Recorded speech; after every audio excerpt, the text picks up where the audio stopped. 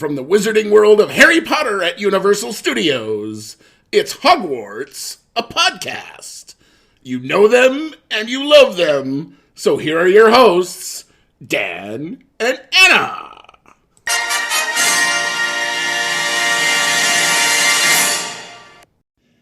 Hey everyone, welcome to a special bonus episode of Hogwarts, a podcast. I'm your host Dan, and Anna is with me. Hi everyone. But before we get into this bonus episode, we'd like to just thank our friend Drew, who put together that wonderful intro you just heard and voiced it. We love you, and it's my favorite. If you don't know, he's the one that always helps us put together our intros and our break sounds and all that kind of fun stuff. And if you want to check him out, he does a fantastic F1 podcast called Outlap F1. So check him out on that, and just another shout out to Drew for being just amazing. Amazing. So this is a special bonus episode. Currently, as we are currently sitting, as you're listening to this, we are in Universal Studios Orlando, and we just went to the Wizarding World. So there's a lot we have to say on this topic. So much. Amazing day.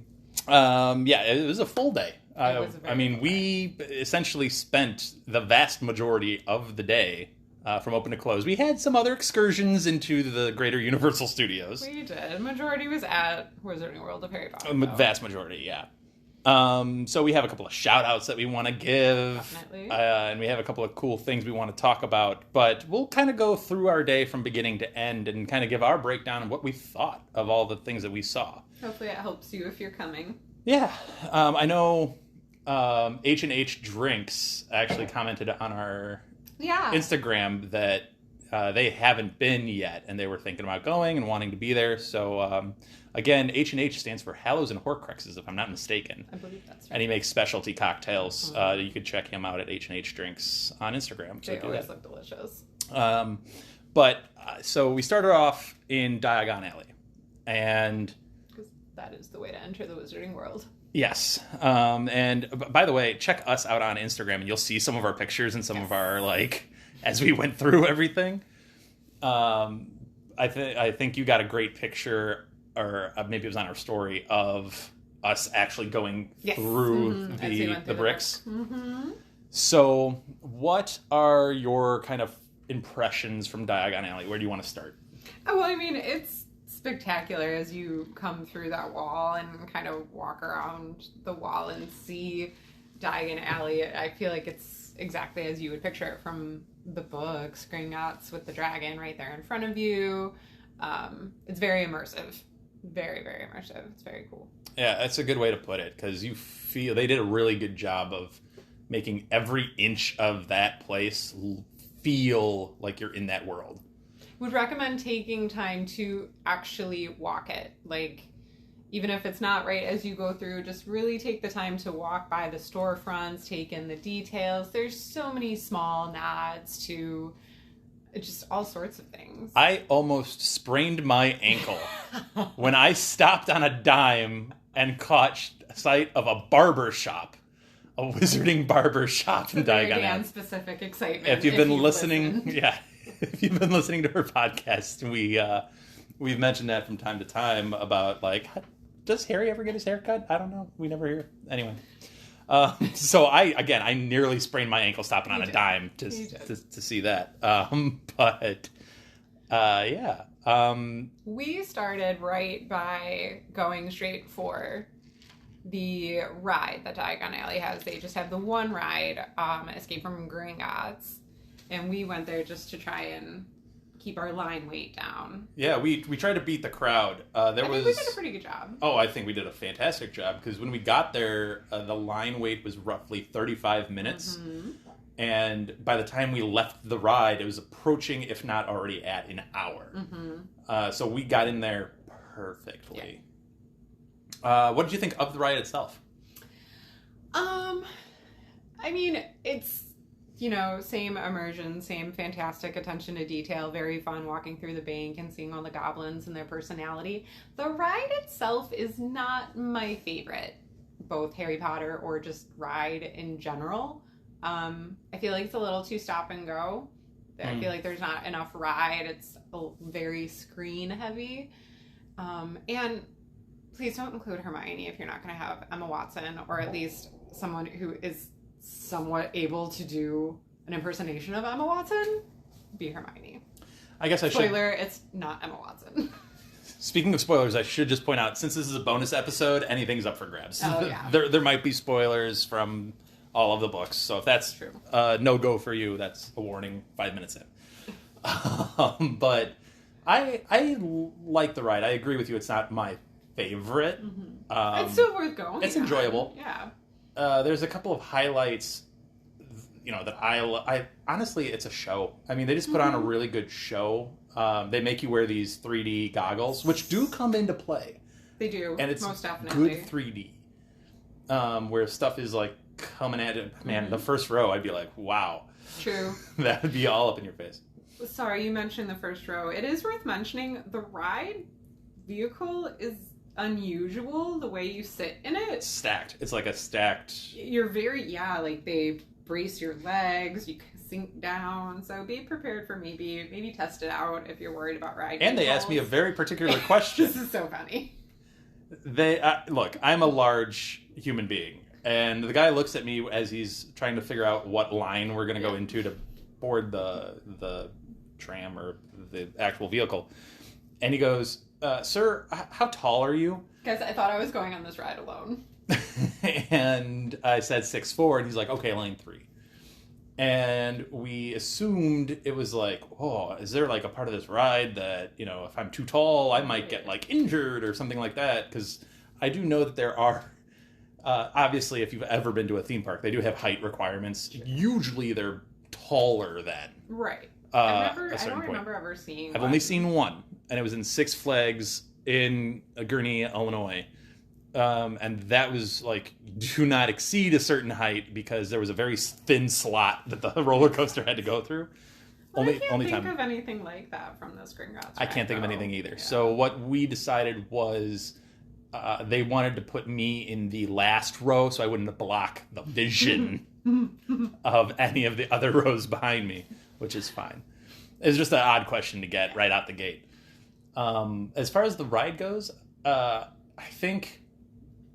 I like the show. It features Bill Weasley, which I think is an interesting kind of addition. True.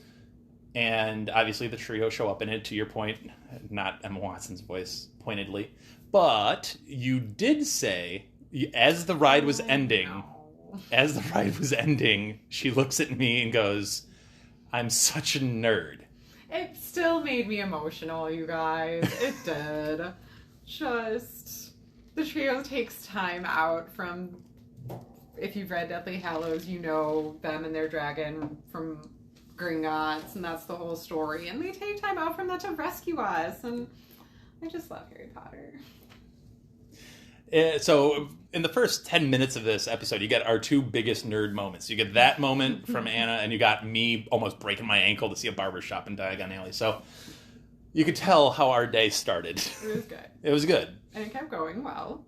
It kept going very well. We visited a couple of shops. We stopped at Florine Fortescue's ice cream, because I had never actually gotten ice cream there. You had. I had gotten butterbeer the first time I went to Diagon Alley. And I got butterbeer this time, which was an interesting comparison because you said it was different. Yeah. The last time I was at Wizarding World of Harry Potter, and Diagon Alley specifically, was, gosh, I'm not really sure, maybe 2016-ish, 2015-ish. And I didn't think the butterbeer soft serve was anything special. I remember being very like, whatever. But yours was completely different. I thought it was quite delicious. He let me try some. Yeah, it was a vanilla base with like this butterscotch drizzle over it, swirl kind of thing going on. I thought it was quite good. It wasn't like an overwhelming butterscotch flavor. No, definitely not. It was really nice, actually. So it and melted. They got some wild flavors at Florine Fortescue's if you want to branch out from strawberry and peanut butter combo. I don't know how. Earl Grey and lavender. Caught my eye. Yeah, it was wild. It melts super quick in the Orlando heat. Yeah. So this no melt ice cream that you see from time to time in some of these shops, don't believe it. False advertising.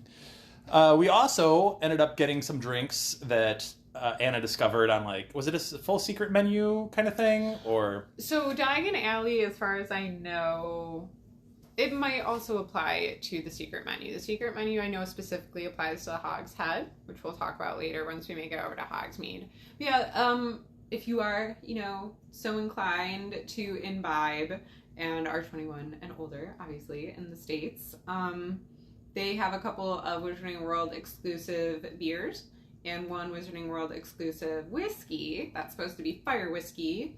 And then there's a couple beers, actually. The ones that were in Diagon Alley, we had them at the Fountain of Fair Fortune. Was Dragon Scale, which is supposed to be like an IPA, so we did not try. And then the one I did try was Wizard's Brew, which was more of like a porter stout, and it was tasty. It was good. Yeah, definitely a darker, heavier beer. Right. So maybe not for everybody in that Florida heat, but Right. I very much enjoyed it. It was a good beer. I ended up going with what they referred to as Fire Strongbow, which was the fire whiskey kind of drink, which I felt was pretty tasty. It was lighter. It was definitely lighter, so it paired well with the Florida heat. I quite enjoyed it. I thought it was very, very good. It was tasty. I never thought to pair Strongbow, like apple cider kind of a beer, with a whiskey, but it worked really well. It was kind of like a cinnamon. Honestly, it was kind of just like a better version of Fireball. A much better version. Yeah. Yeah. So is it, Now, we had it there because the Leaky Cauldron, which we wanted to go to, had a 45-minute wait. Right. So be prepared. And that was probably around, noon-ish? Yep. So if you're on a little bit of a time crunch or you're trying to fit a lot of stuff in, make that decision on if you want to eat at Leaky Cauldron or Three Broomsticks, and plan accordingly for that. And if you want to eat at the Leaky Cauldron, that's cool. But when it was around lunchtime, there was a significant wait. It smelled good. It smelled amazing. Traditional English fare. I'd say it's fair to describe it, right? Like fish and chips, shepherd's pie. The Leaky Cauldron has a dish that the Three Broomsticks does not have called the Toad in the Hole. And I would recommend that if you do go to Leaky Cauldron. It was tasty and it was fun, and yeah. There you go. So we went down, because we had to, we went down Nocturne Alley, which I love how they have it set up. Anna said at the beginning of this that it's very immersive. And they even do Nocturne Alley right, because honestly, if you blink, you would walk right past it. Yeah, that's true. You kind of have to know it's there, because the sign that they have is small little arrow sign that says Nocturne Alley down a very dark alleyway. Very dark. Like, be careful. I feel like it would be very easy to trip and fall. Yes, if you have some difficulties walking or seeing of any kind, be careful, because the steps are somewhat uneven, especially coming in and out of the shop. Cobblestones, yeah. Yeah, so that could get a little perilous, I suppose. Definitely. But look, I'm a Ravenclaw. I love the light side of magic. We are in Dumbledore's army. But that being said, I think Nocturne Alley is so cool. It's definitely, if you're there, you need to stop by it. It is a very, very cool. Borgin and Burke's is such a fascinating shop. So many cool, like, artifacts, props, whatever word you want to use. They have the necklace and the hand from Half-Blood Prince. Glory, yeah. And they have the Vanishing Cabinet. They have the Vanishing Cabinet, which is featured prominently in the corner. Plus, just a bunch of really cool shirts with logos that you don't find everywhere. Dementor shirts, Dark Mark shirts, and there was even some good, like, Deathly Hallows type shirts. Very cool Deathly Hallows. Very cool stuff. And then I just loved some of the Death Eater things that they had. They had, like, cheap Halloween plastic masks. But they also had, like, movie prop level Death Eater masks that were very art inspired, very artistic. And they had one of the cooler things that I thought they had was a wand holder. Oh yeah, I've never seen anything like it before. Neither have I. It's essentially the Dark Mark. It was the Dark Mark, and they had little shelves coming off of the Dark Mark that I think there were 4 wands put on it. There were quite a few, 4 or 5. Yeah, there were quite a few. It was really cool to actually see that. Very cool. So they, I'm not one that'll ever get a Dark Mark tattoo. That being said, some of the stuff that had the Dark Mark on it was very cool. There were a couple things both of us were kind of sort of tempted to buy, which I feel like is I'm out always- of the norm for us to be looking at Dark Mark type things to be buying. Out of all of the shops in Diagon Alley or Hogsmeade, I'm the most tempted to buy something at Borgin and Burke's, which I don't know what that says about me. Oh, yeah, I don't know either. I don't know. But, yeah. It's just a fantastic shop. Some of the other shops we went into were, obviously we went into Weasley's Wizard Wheezes. Yes. Which I love. I think for me, the best part of that shop is honestly the storefront. Because it literally has him taking off the hat with the rabbit. They have all of the, window advertisements that the Weasleys You particularly themselves chuckled at had. the You Know Pooh one. It's my favorite. Why are you worrying about you know who? Okay. And then the thing that I love most about the inside of the store, and there's a lot going on, so again, if you have time, really take your time and go through it, even though it's a relatively small store. It's relatively small, but they have a lot of their merchandise. They actually made the products that the Weasleys themselves made, which is just I don't know what you Decoy would do with detonators them. and Yeah. I think it's just a prop you snap. put on your shelf, honestly. Yeah, but it's fun. The thing I love most about it is they have, as we enter book 5, for those listening along with us, they have an Umbridge on this trapeze line balancing cauldrons or whatever. Yeah. I personally enjoy that every time I walk in there.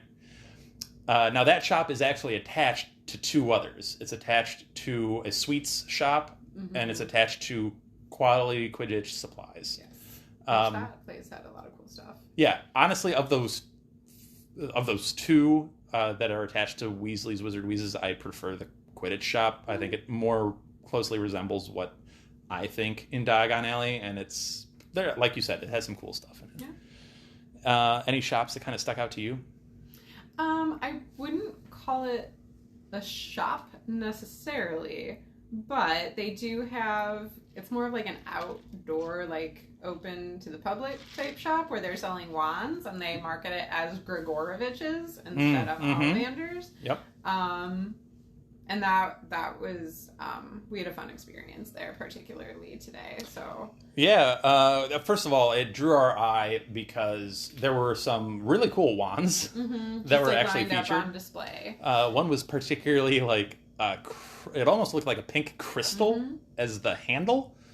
And it just drew our eye. We walked over, and Brian was there, a guy named Brian from Joliet, Illinois. So Small world. if you know us, we're based in Illinois. So we chatted about that with him. Very knowledgeable guy. Really knew his stuff. Actually delved deep himself into all of this wand lore to figure out whose wands these specifically one thing were. he told us, if you're worried that any of the wands you're seeing at Wizarding World of Harry Potter are not actually wands that were seen in the movies or attached to a character, he informed us no. Actually, every wand that is sold at Wizarding World of Harry Potter you can find on film. So that's what he was deep diving into to try and figure out which Death Eater wand belonged to which Death Eater, which we always like a fellow nerd. Yep. So like I said, there were some really cool wands there that kind of attracted our attention. Another thing that attracted our attention was the Tale of the Three Brothers show. Yeah, Beetle the Bard puts on performances. As does Celestina Warbeck. We didn't see her, but we did take the time to watch Beetle the Bard. We heard her in the background as we were going around. She sounded great, but highly recommend trying to catch a performance of Deathly Hallows, The Three Brothers. It is short, so it's not going to eat up a lot of time in your day, but it was fantastic. It's under a mostly shaded area, so I mean, you're not baking in the heat.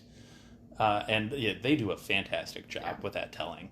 They use a lot of props, puppets. They have a couple of big moments throughout the performance that kind of draw your attention. But oh yeah, if you could find that, well done. Definitely go see it.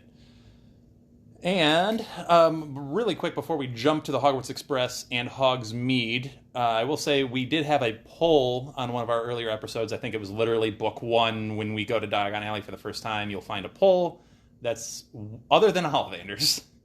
What shop in Diagon Alley would you be most interested in visiting?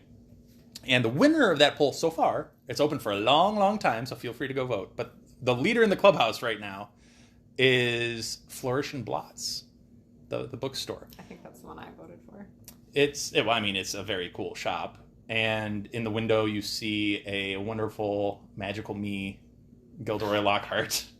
So, Which, going back to, make sure you check out those storefronts. You can't actually go in. It's not an actual bookstore, but it's still cool. Yep, it's a really cool shop. So we then take the Hogwarts Express, as you do, from Diagon Alley to Hogsmeade. What were your thoughts on kind of the train ride? Oh, I love the train ride. It's fun walking through King's Cross. We had a little bit of an interesting discussion.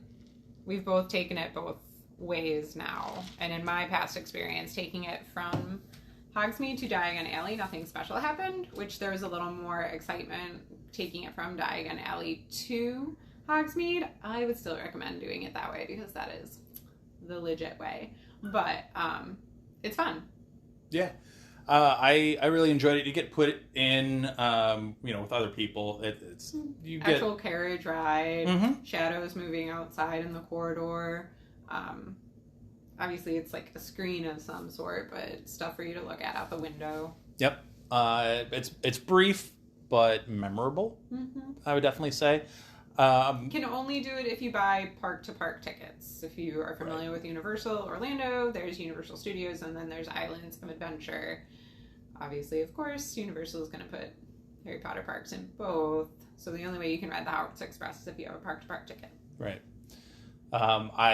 If you're coming to Orlando, do both and do the Hogwarts Express. It is worth it. And if you get the park-to-park, you can keep going on the Hogwarts Express and bounce between parks if you really wanted to. We were unable to come back from Hogsmeade just because we ran out of time. Yeah. But we had planned on it. Just ran out of time. Because we enjoyed Hogsmeade so much. Yes. So, where do you want to start? Do you want to start with the rides of Hogsmeade? I mean, yeah. There's more rides in Hogsmeade, and I think they're better. Yeah. So... Anna and I got very, very lucky in that the first ride we chose in Hogsmeade is the Harry Potter and the Forbidden Journey. Correct. In the Hogwarts Castle. So we went in there and we were able to just walk. It said there was like a 20 or 30 minute. It was a 35-minute wait, and you guys, we we walked right through the entire thing. To be right fair, the ride. It probably took us a good 5-10 minutes just to walk the line. Because they were planning for there to be long queues for this ride. But even if you do have to wait in line for a little bit, there's so much fun stuff to look at as you walk through. Oh my gosh, there's so much to look at. And sometimes if there is a lot of people in there, sometimes the line will feel longer than it is because people are stopping to take pictures or watch part of the shows that are going on. Which, I almost kind of recommend you do. Some of it's really cool. Yeah, just tell people to keep on going. If they're really pressing up against you, just let them go ahead because it's worthwhile, especially if you're going for the first time. So good. It was neither of our first times doing this ride. Therefore, we did it 3 times in a row, back to back to back, real quick. Literally exit and enter, and exit and enter. So we obviously, the first time I took that ride, it struck a chord with me. I loved it. And I think for me, it's the best Harry Potter experience. Because the ride itself is fun. I think it's a fun, interactive, actually it's a much better mixture of props, ride, and screen. Yeah. It actually, if you're Disney fans, just haven't been to Universal, it reminds me a little bit of Soarin' and the fact that it makes you feel as if you are flying and dipping and diving, even though you are very much not, really. You are rotating, though. You are. Be prepared to be moving around in the ride vehicle. And if you can, try and get the seat all the way to the right. Yeah. If you're okay if you're in the seat facing out, get the one all the way to the right on the fire-breathing dragon. Mm-hmm. There's some really cool parts to that. Oh, there are. And it's so much fun.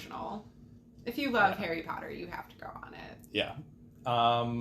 Pro tip, the camera is right around in the spider area. So if you're waiting for that, I know a lot of people like to do their fun poses or whatever. There's that opportunity. But, oh gosh, I love that ride. Likewise. It's my favorite. Now, the other ride that we went on, that was a significantly longer actual wait. And from what I've been told, it is pretty much always a significant wait. I would say it's worth it, though. So when we first looked it up, when we were thinking about leaving Diagon Alley... Say what it is. It's Hagrid's Magical Creatures Motorbike Adventure. Yeah, it's a long name. But when we were looking up that ride in Diagon Alley, it was about a 95-minute wait. Mm-hmm. And by the time we ended our 3 runs on the Hogwarts Castle ride, it got all the way down to a very easy-ish 80 minutes. And it was all of those 80 minutes. That was like a legit wait. And that line was long. It was. We were lucky enough. We made some line friends. Actually, they were kind of all-day friends. Yep. We're sorry we never got your names. If you're listening, you guys were awesome. 3 teachers. We miss you. Yes. There were 3 teachers. One I'm fairly certain was from Louisiana. I don't know 100% where the other 2 were from. Yeah, they seemed kind of local, but they were fun. So, yep. Thank you, line friends. Yep, and that made a difference because, again, they had like different zones and different points where you're like, oh, maybe we're getting close. No, you're not. They do have a single rider line, but from what we were told from our friends, usually shaves off maybe 20-ish minutes. So up to you if that's worth it, if you're part of a group. And honestly, I'm thankful that my first time on the ride was with someone I knew. Oh, yeah. And it was just the 2 of us, because the ride itself is literally the bike, the motorcycle, and a sidecar. Mm-hmm. So if it's 2 of you, or 4, or 6, or 8, or whatever even number, you guys get to pair up and then be with someone. I think it's better if you're with someone you know. Yeah. I was on the actual motorcycle and I was in the sidecar, and oh my gosh, it was so fun. It was so fun. It's an unusual ride. It's very unique and very fun. This I feel like we shouldn't spoil for people. Just go and experience it. It's a blast. Yeah. We both had a lot of fun. We both marinated on it for the next probably hour. Definitely. And we would have gone back on it immediately had the line not also still been 60 plus minutes easy. Yeah. But so plan ahead for that one, but definitely worthwhile doing. Where we ate, we actually decided to eat at the 3 Broomsticks, which was interesting because the line was fairly long and outside in the sun. Yes. So be prepared for that, and I brought a sunscreen. Also, pro tip, which they do not really explain how ordering is going to work. This isn't my favorite thing that we experienced at Universal, but you can place you're going to have to order via mobile app. So make sure you've downloaded their app. You can order in advance, and then when they actually seat you at your table, you can just press the button that, okay, I've been seated. And once you do that, your food gets to you very quickly, but go ahead and while you're waiting out there baking in the sun, look at the menu, decide what you want, order so that you're almost eating immediately when you sit down. I would highly recommend that. Even though we didn't do that, we got there, and I swear, we got our food in 5 minutes. Yes. And I'm not exaggerating, we would've literally 5 minutes. Been eating so much quicker if we didn't have to mess around with our phones and figure out that's how we were ordering. As soon as we sat down, it probably would have gotten to us. And it was good. It was good. It was much better than I was expecting. Chips. Yeah. We both got fish and chips. You got a tea, and I got a lemonade. All good. Mm-hmm. So the 3 Broomsticks was a solid choice. We did grab a couple more drinks at the Hog's Head. Sure. I think you had another note on one of the other drinks. Yeah, so Dan got the same thing, but I tried one of the other exclusive beers. It was a Hog's Head. It was a red ale. If you're familiar with Schmittix, it was basically drinking that. So very tasty, but don't expect anything overly different from normal beer. Yeah. But it was tasty. Yeah. They do have that secret menu mentioned earlier you can easily find online, but... Yep. So, and that one I liked better because there wasn't really a wait. You can just go right up. Yeah. Get to the bar, get your drink, and get out. Neither of us had butterbeer on this trip. It's true. So both of us have been blessed in our travels to go different places and have a couple of different types of butterbeer. And I don't know if you had this experience in London, because have you gone to the studios? Yeah. Okay. So I don't know if you had this experience, but when I went to get butterbeer in London, he asked me if I had been to Orlando and tried the butterbeer there. And I said, no, I hadn't been at that time. And he's like, oh, that's fine. Ours is better. And then when I agree with that. Then when I was in Orlando, the same guy, or not the same guy, but a guy I mentioned that story to who was working there was like, oh, no, ours is better. So apparently there's a rivalry between Orlando and London. Of course. Ironically, my favorite butterbeer was actually in Chicago. Agreed. At the Magic at Play. And I know that's the only one I've actually enjoyed. That's not everybody's. I know some of my friends disagree with that, but I actually really enjoyed it at Magic at Play in Chicago. So I don't remember enjoying it overly much at Wizarding World, but still, if you've never had it, you should still get it because it's butterbeer. Yep. So that was kind of some of the food choices. We did stop in at Honeyduke's just to get a chocolate frog and the chocolate frog card because why wouldn't you? So one thing should be mentioned. We didn't do as much looking through the stores in Hogsmeade, but I did notice different things. There were some things in Hogsmeade specific to Hogsmeade that were not in Diagon Alley and vice versa. So if you're not going back and forth and you see something you really like, maybe think about picking it up when you see it, because it's not necessarily going to be in the other That's true. And I know there are some specific shops that only have specific things. Like you had to find single postcards at the Owl Post versus buying packs of 10 at some of the other shops. So just be aware that some shops might have different variations of what you're trying to look for. I think, there's also embroidery options at a lot of these places, which we were looking at. So, there's a lot of different options. I guess my biggest advice is don't be afraid to ask. True. That is good advice. They're very helpful. Was very kind, Very kind, very helpful. They work there. They know that shop in and out. Honestly, most of these shops are really small. Yeah. So they really know this shop. So ask if you don't know. And then they'll probably tell you, like, oh, sorry, you don't have that. Go down to the bottom of the hill at this store. Save yourself some time so then you can do more. One thing we didn't do, both Diagon Alley and Hogsmeade has Ollivanders. Like Dan said, both of us have been blessed. We've both experienced it before, so we did not take the time to do it today. But if you are looking to buy a wand, you should go to Ollivanders and experience it. It's great. It made me cry. I do love the show. It's geared a little bit more towards children for the most part, but it's for us older Harry Potter fans. Yeah. It's cool to see the ceremony regardless take place and the whole pomp and circumstance of the thing. I know you have your fair share of wands. I have 4. Yeah, and I only have the one, but I chose to get, quote unquote, a unique one, like an individual one that's not representative of a character, because for me, my thought process is, well, I don't want Sirius's wand, I want my own wand. Sure. As cool as all of those wands were, that's my thought process on it. Which ones do you have? I have James, of course. Of course. Stunner. And then I have Harry, Ron, and Hermione. Okay. Before we get off the wand thing, I want to go back to Diagon Alley for a second. Yeah. And our hangout at Gregorovich's. Yes. Because as Anna was talking to our good friend Brian from Joliet, she was trying to figure out what the wands were, and she's like, nope, don't tell me. Yes. Don't tell me what they are. I want to guess. And she's going through the wands. And then this little adorable girl comes up. She's great.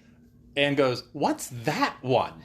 And starts quizzing Anna on the different wands, which I highly enjoyed. But you did a very good job. I enjoyed it too. She was great. So, shout out to you if you're listening. Thank you for actually making my day, young lady.